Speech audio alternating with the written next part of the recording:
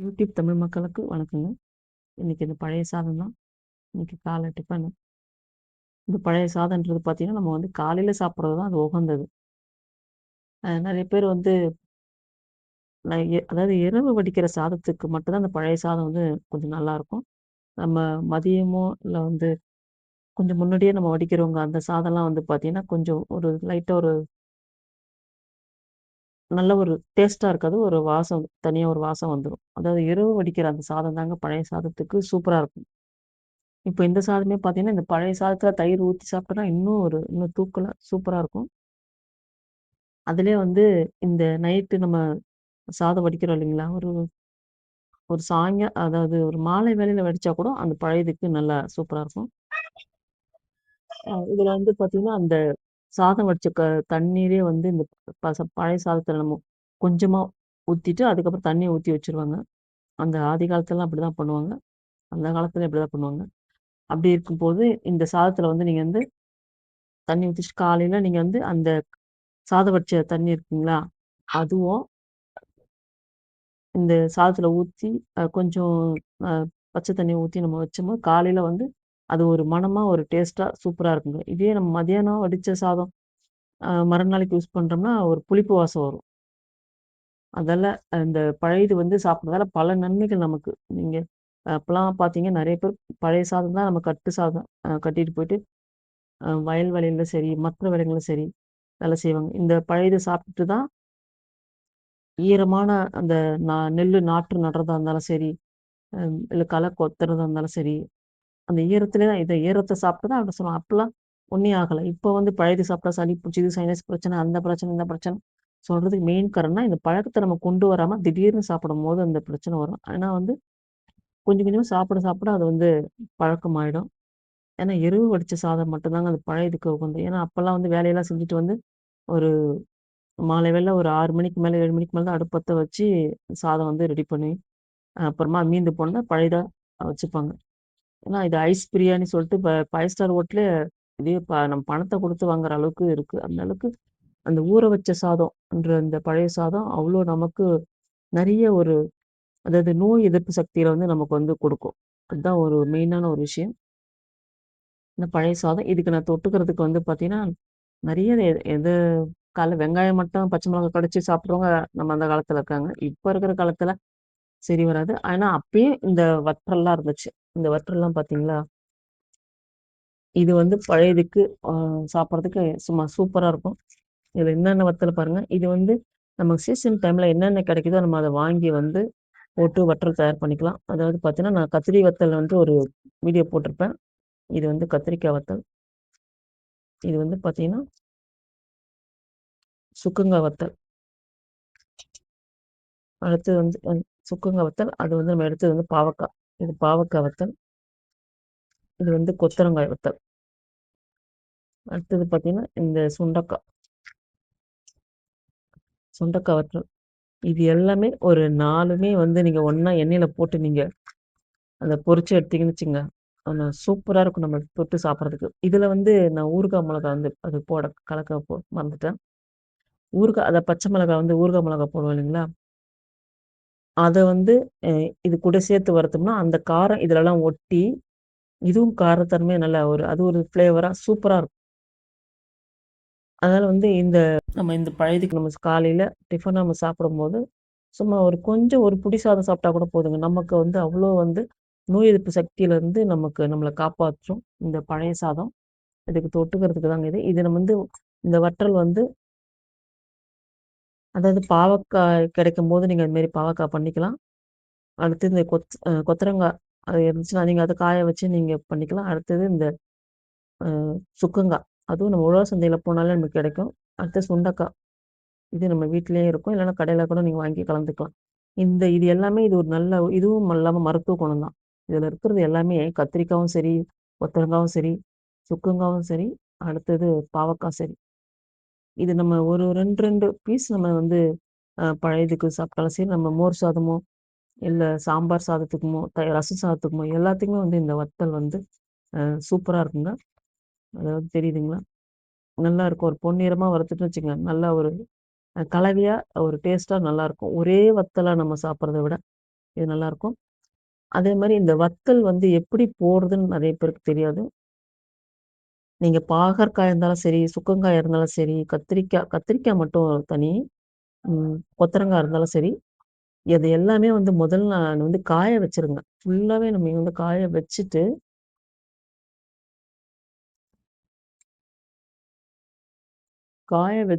அந்த மாரி பாத்தீங்களா எல்லாமே கலரா இருக்கு பாருங்க.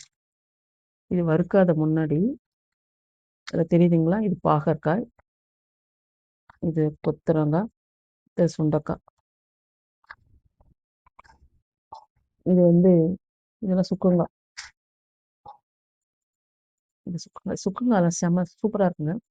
அதாவது இந்த கத்திரிக்காய் வத்தல் தவிர, இதெல்லாம் எண்ணெயில போட்டு பொரிச்சு எடுத்தீங்கன்னா, சும்மா சூப்பரா இருக்கும். நான் கத்திரிக்காய் வத்தல் ஒரு வீடியோ போட்டிருப்பேன். நீங்க பாருங்க. அது மாரி இதெல்லாம் வந்து செம சூப்பரா இருக்கும். வறுத்து நம்ம கலவையா வந்து நம்ம சாப்பிடும்போது.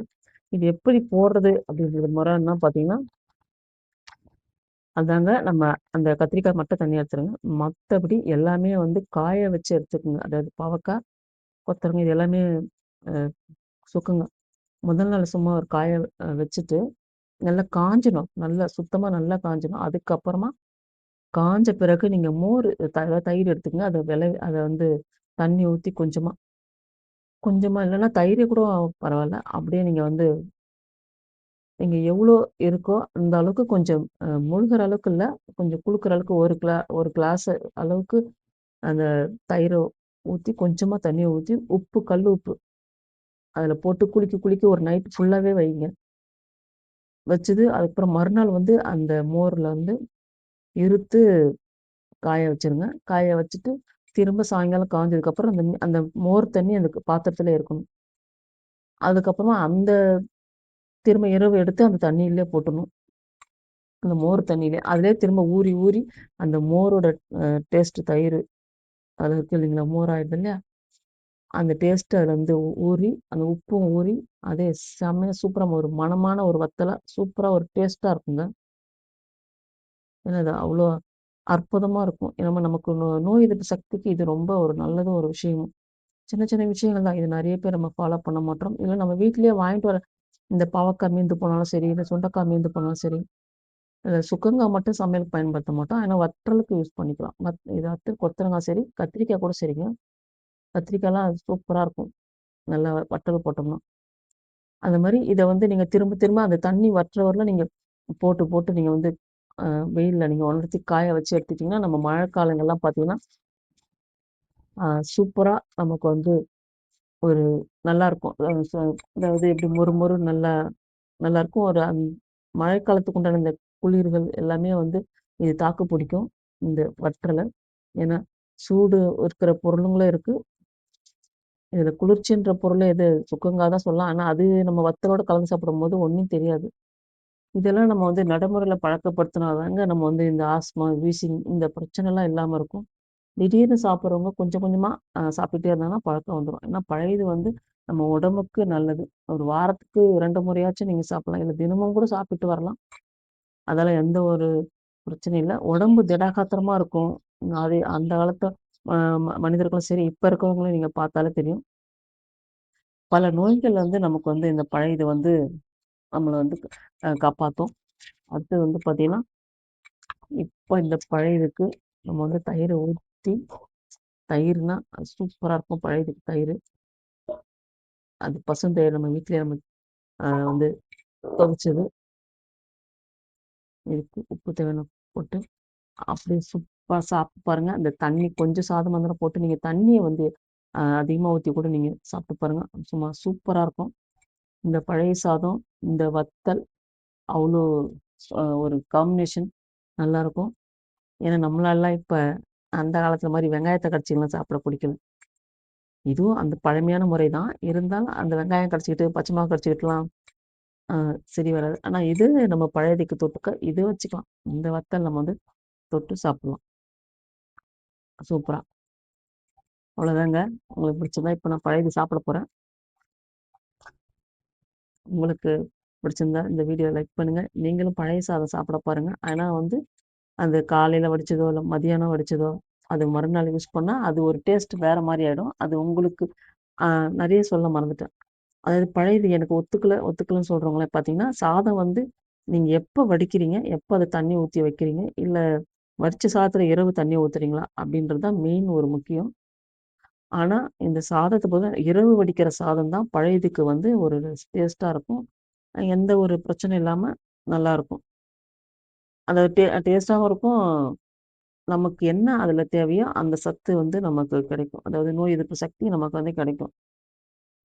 இத வந்து நெறைய பேருக்கு தெரியாம, சாதம் வந்து எனக்கு சாப்பிட்டா ஒத்துக்கல, உடம்புக்கு ஒத்துக்கலன்னு சொல்றது மெயின் காரணம் என்னன்னா, சாதத்தோட ஏன்னா ஒரு இரவு ஊறுறதே 12 மணி நேரம் ஊறுது. இரவு பூரா அந்த சாதம் தண்ணீல. அதுவே இன்னும் மதியானம் வடிச்ச சாதம், அது ஏற்கனவே ஒரு தன்மை இழந்துரும். மதிய சாதம் நம்ம வடிச்சு இரவு வரதுக்குள்ள, அதுல இருக்கிற ஒரு ஏதாவது ஒரு சத்து இல்லாம ஒரு வைரஸ் எதனா தொத்திக்க ஆரம்பிச்சுரும்.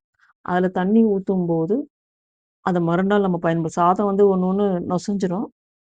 சப்போஸ் ஒண்ணு வெரையா சாதம் நல்லா இருக்கு, வெரச்சுக்கிட்டு இருக்குன்னா, அப்ப கூட சரி, அது வந்து நமக்கு உடம்புக்கு வந்து ஒவ்வாம தான் கொடுக்கும். அதுக்கு பதிலா நீங்க எருவ வடிச்ச சாதம், இல்லன்னா சும்மா ஒரு டம்ளர் அளவுக்கு கூட ஒரு சாதம் கொஞ்சமா நீங்க வடிச்சுட்டு அத ஆற வச்சு கூட, நீங்க தண்ணி ஊற்றி மறுநாள் சாப்பிட்டு பாருங்க. இது ஒரு ஆன்டிபயோட்டிக் மாரி தான். நீங்க பழையது என்பது ஆன்டிபயோட்டிக் மாரி தான்.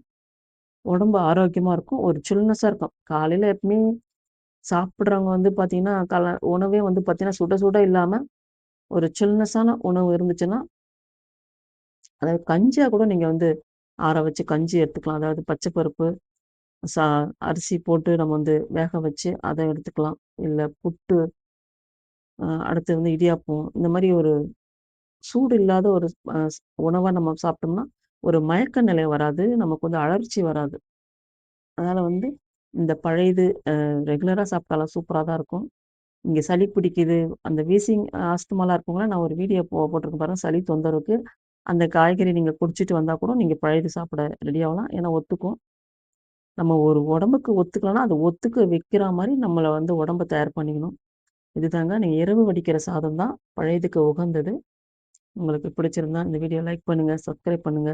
உண்மையில இந்த பழையது சாப்பிட்டு பாருங்க. பல நோய்கள வந்து நமக்கு வந்து கட்டுப்படுத்தும். அந்த டாக்டர் சுகருக்கெல்லாம் வந்து பழையது சாப்பிடக்கூடாது, சாப்பிடக்கூடாதுன்னு அப்படிலாம் ஒண்ணுமே இல்லங்க. சுகர்ன்றதே நோயே இல்ல. அது அவங்க உலகம் ஏமாத்தல். நீங்க வந்து நீங்க தாராளமா சாப்பிடுங்க. பழையது இரவு வடிச்ச சாதம் தான் உங்களுக்கு நல்ல ஒரு ஆன்டிபயோட்டிக் ஒரு மருந்து மாரி நமக்கு இந்த சாதம். உடம்புக்கும் நல்ல ஒரு உறுதி குடுக்கும். சரிங்க, இந்த வீடியோ பிடிச்சிருந்தா லைக் பண்ணுங்க, சப்ஸ்கிரைப் பண்ணுங்க, கமெண்ட் பண்ணுங்க. நன்றி. வணக்கம்.